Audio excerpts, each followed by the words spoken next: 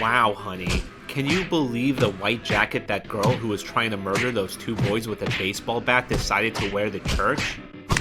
Now it's a red jacket. There will be spoilers in this video, so if you don't want to know what happens in Omori, don't watch this video. And please subscribe. It's a known fact that anybody who subscribed to me isn't a fat loser stupid idiot. So to ensure you aren't that, go ahead and hit that button. Aubrey has the second biggest arc in Omori behind Sunny himself. First, she starts off as a happy little girl, but is turned into a punk gang leader with pink glow-in-the-dark hair after the death of Mari and the separation of her parents. She becomes more aggressive and attacks Sunny and Kel on 3 separate occasions, with Sunny responding by pepper spraying her, which is what anybody should do when they encounter a child from a broken home. Aubrey becomes the main antagonist of the real world until she and her old friends make amends and agree to never abandon each other again. Aubrey was born on May 23rd, making her zodiac sign a Gemini, which means she is a hubloobly debleeber and a gabloobly gablobber. One day she was casually crying on the sidewalk, as you do, when Kel, Hiro, Sunny, and Mari saw her and decided that she would make a great friend. Later, she would introduce Basil to her friends, completing the friend group. Her childhood is a massive contrast from her later years, as her parents were together and her mother was seemingly not as neglectful as she would eventually become. She had a close group of friends and had a sister-like relationship with Mari, who she looked up to and emulated, like when she dyed her hair pink and when she went into softball, a sport Mari played. She had a love-hate relationship with Kel, where they would always have childish fights. When they were spending time on the beach, she infected Kel with cooties, which would result in him becoming brain dead, as you see in the game. She would also regularly vent to Sunny, who would develop a crush on her. On the day of Sunny and Mari's recital, Aubrey was getting ready to attend, but meanwhile at Sunny's house, Sunny had destroyed his violin, leading to a confrontation with Mari, where Sunny pushes her down the stairs, killing her. Basil sees this and helps Sunny get out of trouble by voiding Mari's life insurance policy. This cover-up leads everyone to believe, including Aubrey, that Mari committed suicide with no explanation as to why. When you first meet Aubrey in the dream world, she asks you to find her stuffed animal that Kel shoved into a watermelon. Aubrey is represented in Basil's garden by the gladiolus, since she is tough and stands up for what she believes in. She fights by using things she can swing at people, including stuffed animals, body pillows, bats, and mailboxes. In the dream world, she is crazy about Omori, like in the Clone Wars bit, which indicates Sunny's real-world crush on her. When you wake up, you run into Tumblr, who turns out to just be Aubrey, 4 years older. You can tell things have changed quite a bit for her. Her normal expressive personality has changed to a more muted one with the occasional murderous fit. The status of the friend group is a mess, as Aubrey felt abandoned after Mari's death, as Hiro, Basil, and Sunny become isolated, and Kel seemingly moved on from the friend group. On top of that, her dad went to the store to buy cigarettes and is still waiting in line 4 years later. Don't worry, Aubrey, I'm sure he'll be back anytime now. This would leave her mother depressed and negligent, leaving the house a complete mess. So this shit just kept piling on for Aubrey. However, she did find new friends and started her own gang with the hooligans. She has a picture with Kim, who has become her closest friend since her old friend group broke up. Now, the hooligans are a colorful cast of people. There is Maverick / Mikhail, who pays girls to pretend to be his girlfriend. There's Kim and... it just says the other dude because I forgot his name. There's Kim and Vance, who robbed a grocery store for candy. There's Angel, who has a book that is basically a hit list, which includes Sunny and Kel. And then there's Charlotte, who, despite being a giant, is a big softie until the scene where she curb stomps Basil's grandmother, which ends up killing her and leads to the final part of the game. But they turn out to be great friends for Aubrey, as seen in the Omocat comic, where they celebrate her birthday and buy her gifts. On the first day that Sunny goes outside, him and Kel meet up with Aubrey as her and her friends have a fight with Basil over his photo album. Their relationship here is incredibly hostile, with them fighting each other with a fun variety of weapons like bats, knives, basketballs, and pepper spray. Aubrey became angry at Basil because after Mari's death, she begged him to hang out. When they went to his house, she discovered the photo album, only to see that the faces of all her friends had become classified. Eventually, Sunny, Kel, and Aubrey have a showdown at the church Aubrey had been attending to find some peace.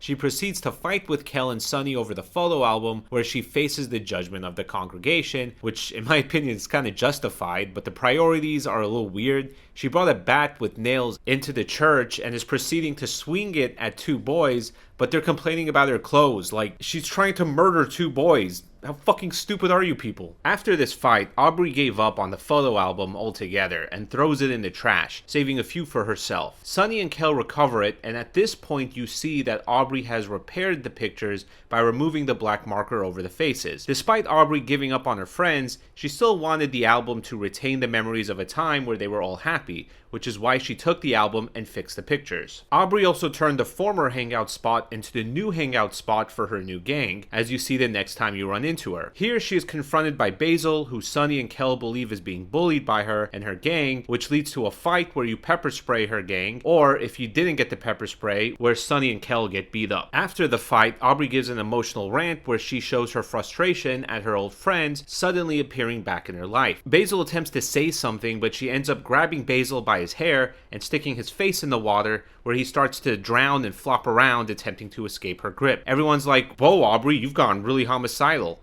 And Aubrey states that God's retribution cannot be avoided any longer. At this point, you realize that the priest at the church that Aubrey was attending had gone a little overboard with his sermon. Whosoever therefore shall be ashamed of me and of my words in this adulterous and sinful generation. Sunny tried to stop her and she sticks his head in the water as well. Hero finally arrives, and since Aubrey doesn't have 3 arms, she relents. On the third day, Sunny, Hero, and Kel are cooking breakfast when Kim comes to their door. Kel sprays COVID all over her face. Turns out Kim came over to tell us that Aubrey is not coming outside of her house. Here, you discover the state of her home. Her mom is a vegetable who watches TV and literally says nothing as 3 random people just stroll into her house and could be home invaders. The home is completely trashed with garbage everywhere, which shows her mother was neglectful of the house and her daughter. The boys go up into Aubrey's room where they finally reconcile and put the photo album back together. Aubrey joins the party and they go to visit Mari's grave, where you learn that Aubrey was the one who visited Mari's grave the most. They then proceed to Sunny's house where she is about to tell Sunny something but gets interrupted. More than likely she was going to tell Sunny that she was passionately in love with him and that they were going to get married and have 15 kids, but unfortunately Hero interrupts them, dashing all their future plans together. Hero calls them to the treehouse where they all used to hang out. Here they find the final picture of the photo album, which is a picture of them after the treehouse has been complete. After they add the picture to the photo album and the photo album is now complete, Aubrey runs towards the stump that Mari was found hanging on, and she opens up about why she turned on Basil and how she felt abandoned. Hero and Kel promise that this will never happen again,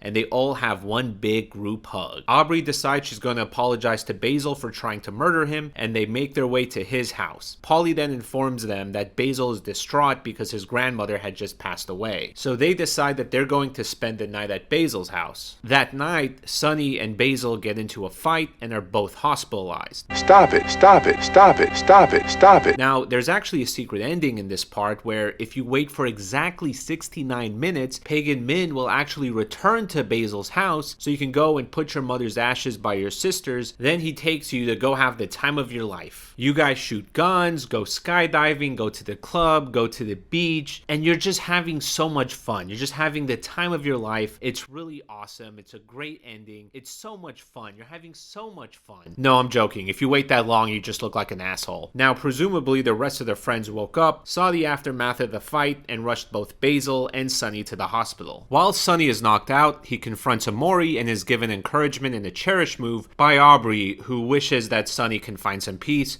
or happiness. The game then ends with Sunny coming into Basil's room to confess what happened. Aubrey's journey is actually pretty tragic. As a child, she was relatively happy. She had some insecurities, fearing that her friends would leave her, but fortunately Sunny is mute and she could talk to him for long hours, and Sunny had no ability to tell her to stop. She had an older sister figure in Mari, and both her parents were together. However, Mari was killed and her parents separated, leaving her barely with a mother. On top of that, her friends had basically all began to isolate themselves, which made her feel completely alone. She responded to this by adopting a tough girl persona and choosing to cut herself off from her friends. As her friends come back together, you see that her old self is still there, and she realizes that she was wrong for bullying Basil and trying to distance herself from her old friends, when they finally returned to her. A lot of people say Aubrey would not be too harsh when Sunny confessed at the end of the game because she had a similar incident by pushing Basil into the lake. I don't agree with this. If anything, that lake incident shows that she's very impulsive, so likely her initial reaction will be very angry. Maybe later they can talk her down using that incident, but I don't think she will react well immediately after the confession. But one thing we know is true is that Aubrey came a long way.